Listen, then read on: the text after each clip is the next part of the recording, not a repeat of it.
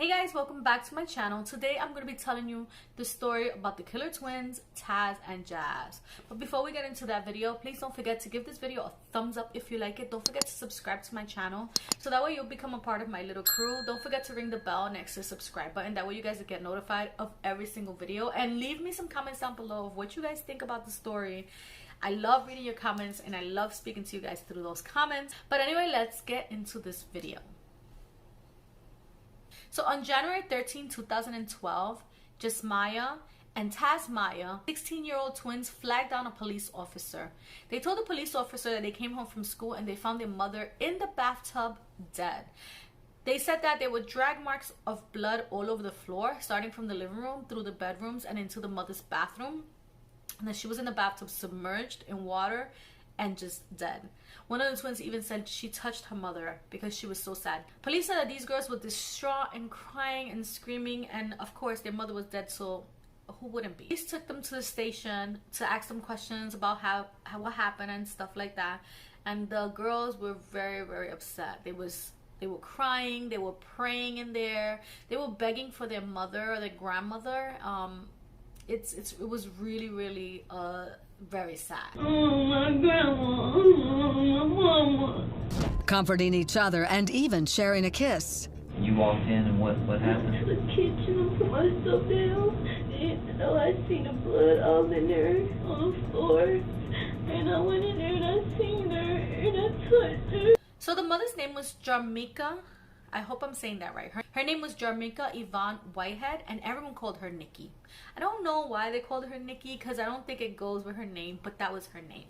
And she was really beautiful. She was born on April 18th, 1975. She was born to her mother, who was in prison for drug possession. So that's why she was born in prison. When she was born, she went to live with her grandmother, her mother's mother, in Clarkson, Georgia. Nikki had a troubled life. She grew up with her grandmother, and when she became a teenager and she started doing things like going out and partying and hanging out with guys and everything, her grandmother didn't really put boundaries. She didn't tell her, she didn't give her a curfew. She didn't tell her to not stay out at night. She didn't look into who she was dating.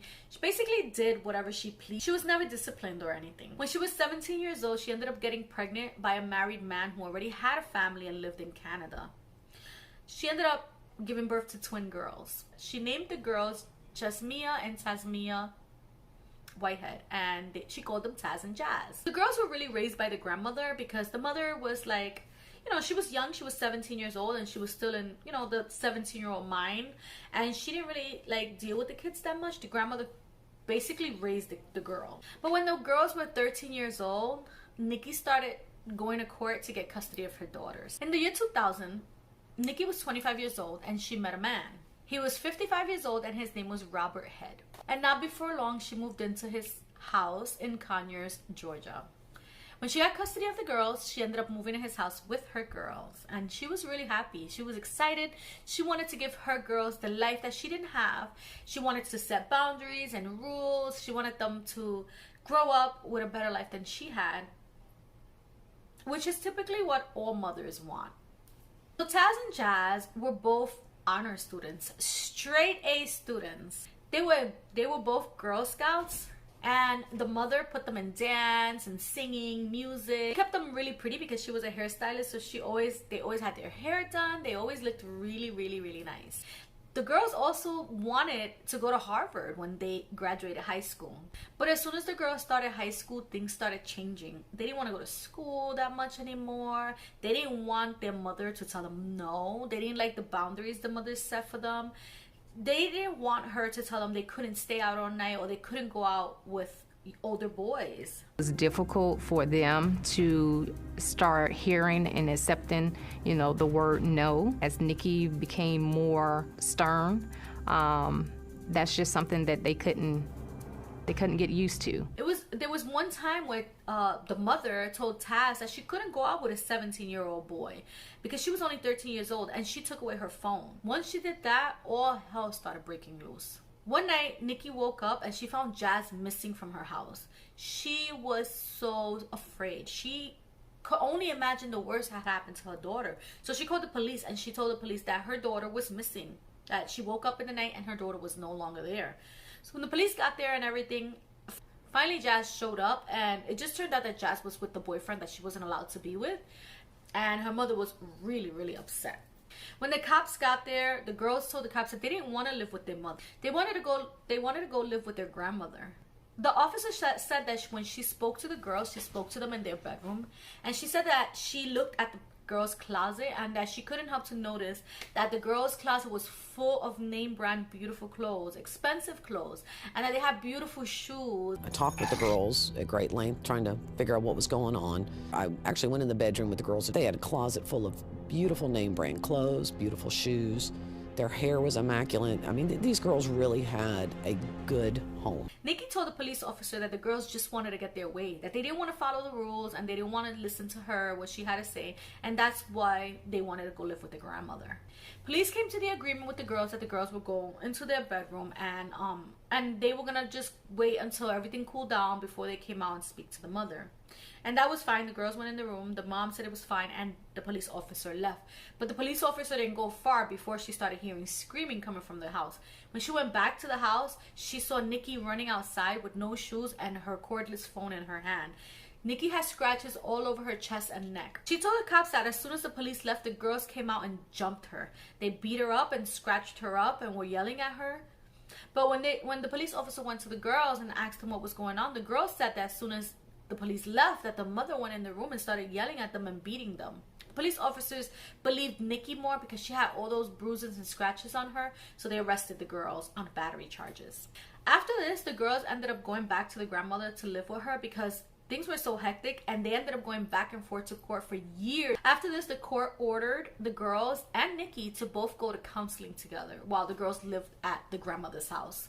The girls told the grandmother that they didn't want to listen to what the mother was trying to tell them to do and her discipline, because they thought it was hypocritical of her to discipline them this way since she did things the way she did things in her life. And they didn't want the mother to control them because the mother was not controlled as a youth. So they felt like if you weren't controlled, I shouldn't be controlled either. Nikki just wanted to be with her daughters, so she continually went to court to fight for her daughter's custody. And then finally, when the girls were 15 years old, the court ordered them to stay with the mother for 2 weeks to see if it could work out. But just 1 week in, Nikki was already dead. After the girls flagged down the police and the cops were in the house, they took the girls back to the station. They noticed at the station that the girls were wearing gloves on their hands. And so they were asking them why do they have gloves, and they asked them to remove their gloves. And when they removed their gloves, both girls had bruises and cuts on their hands. When the cops asked one of the girls what happened to her hand, she said she got in a fight. They asked with whom, and she pointed at her sister. So she said that she had a fight with her sister, and that's how she got all those cuts and bruises on her hand. During the interview, detectives observe the twins are still wearing gloves. How do you see your hands and your arms? What happened here? I got into a fight. Did you get in a fight with her? After that, the cops realized that they had to separate the girls because they were too dependent on each other's answers. So when they separated the girls, it's like they stuck to their story, and the cops had no choice but to let them go. In the meantime, the cops started their investigation. They looked into the boyfriend Robert first because the girls told them that their mother had 2 boyfriends, Robert and Joe, and that Robert had found out about Joe and confronted the mother not too long ago. It seemed like the girls had a lot of negative things to say to the police when they were being, questioned. Eventually, they cleared Robert because Robert wasn't even in town when it happened. And they went right back to investigate the girls. So they went back to the day that it all happened. They remembered they had asked the girls what did they do that day. And the girls said that they woke up late for school, that they missed their bus, so they ended up walking to school. What time did y'all leave the house this morning? We missed the bus, so we had to walk. You walked all the way to Rockdale? It's not far. About what time did you leave? 7:30. The cops realized that the girls were lying because they found the video footage from a gas station where they saw the girls hitchhiking a ride to school and got in a car with a stranger, and the stranger's the one that took them to school. They also found out that the girls got to school 2 hours late, which is not what they told them. But surveillance video from a nearby gas station shows the twins didn't walk to school that day. They actually hitched a ride from a stranger. A high school surveillance video shows the twins in the hallway, hours after they told police they arrived at school. So police went back to the crime scene and they found several items in the girls' rooms that had blood on it. Shoes had blood all over it. They also found one shoebox, and in the shoebox there were a pair of boots. The pair of boots had a significant amount of blood on top, and so the police felt that there was something inside the boot. When they reached inside, there was a paper towel. The paper towel was like wrapped in a ball, and so the police officers opened up the ball, and inside there was a chunk of hair that was later proven to be Nikki's. It's like they pulled her hair out, put it in a napkin, wrapped it up, and put it inside the boot. I noticed there's a pair of brown boots that have a significant amount of blood on them, and they're in a shoebox.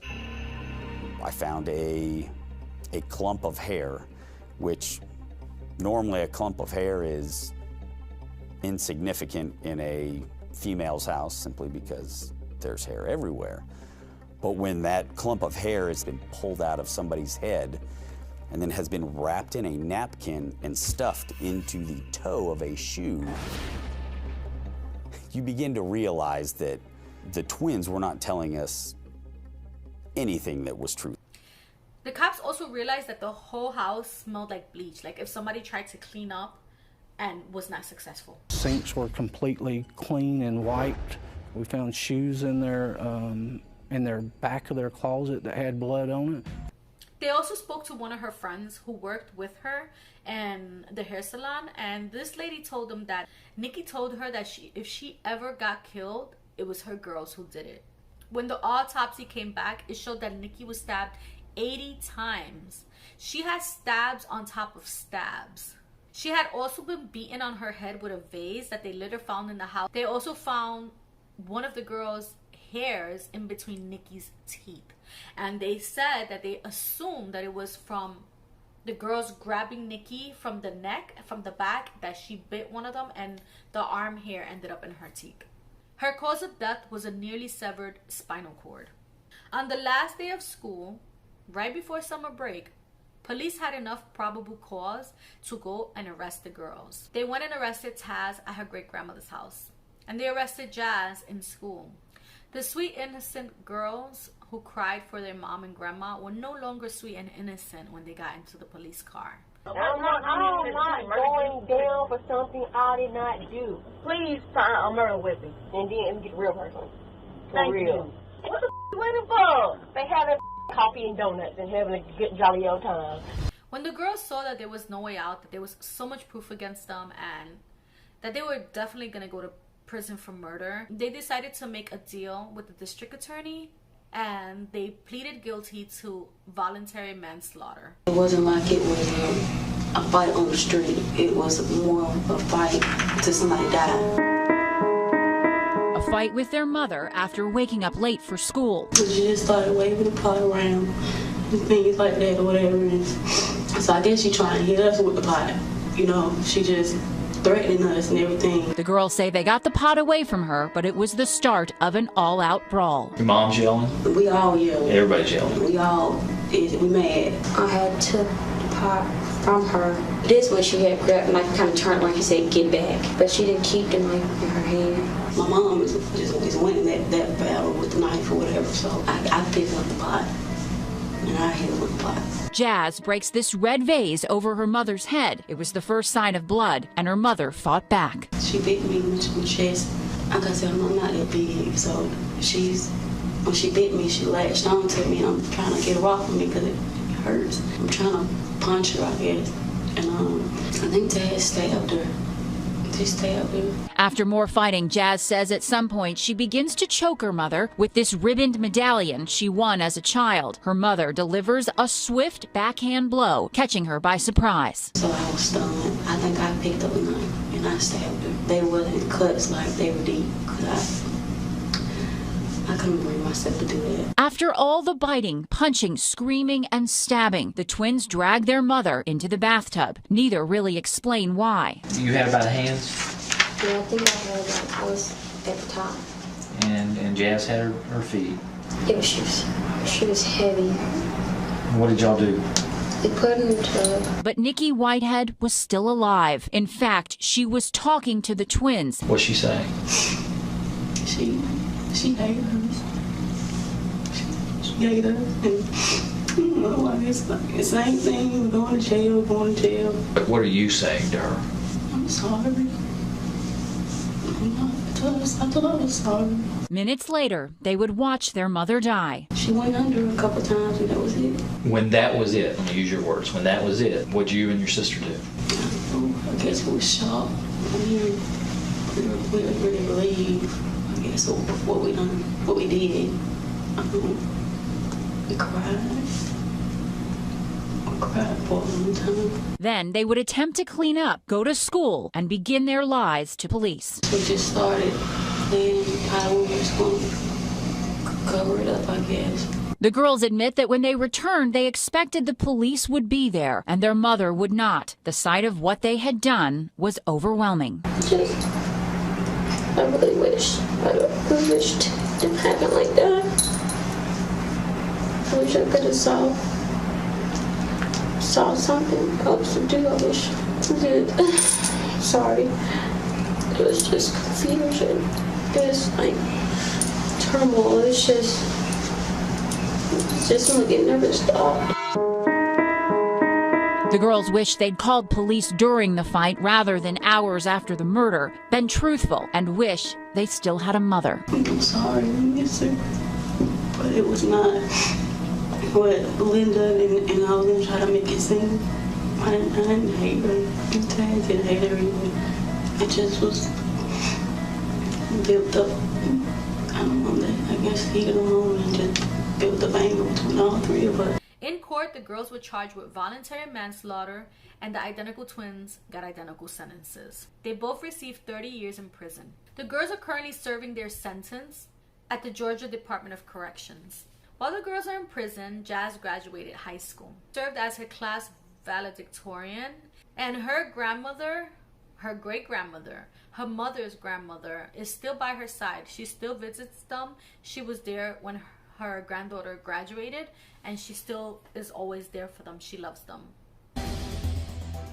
In the meantime, Jas has traded in her jailhouse jumpsuit for a different uniform, at least for a day. She's graduated high school in the Slammer and even served as class valedictorian. I worked really, really, really hard. I stayed up all night some days to finish some of the things they gave me.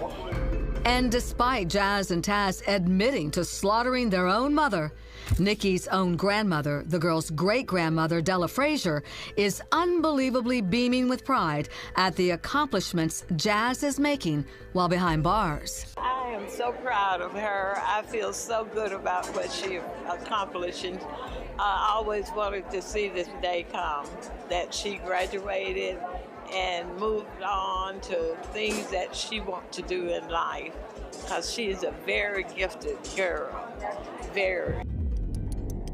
And yet, underneath the proud smile is a cold-blooded killer, part of an evil duo who viciously killed the very woman who gave them life.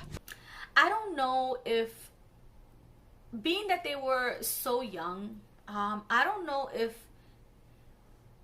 they're different, you know, because I don't think that you are the same person when you're 16 as when you're 25, as when you're 40. I don't think you're ever the same person. And yes, they murdered their mother, which was really like a horrible, horrible thing.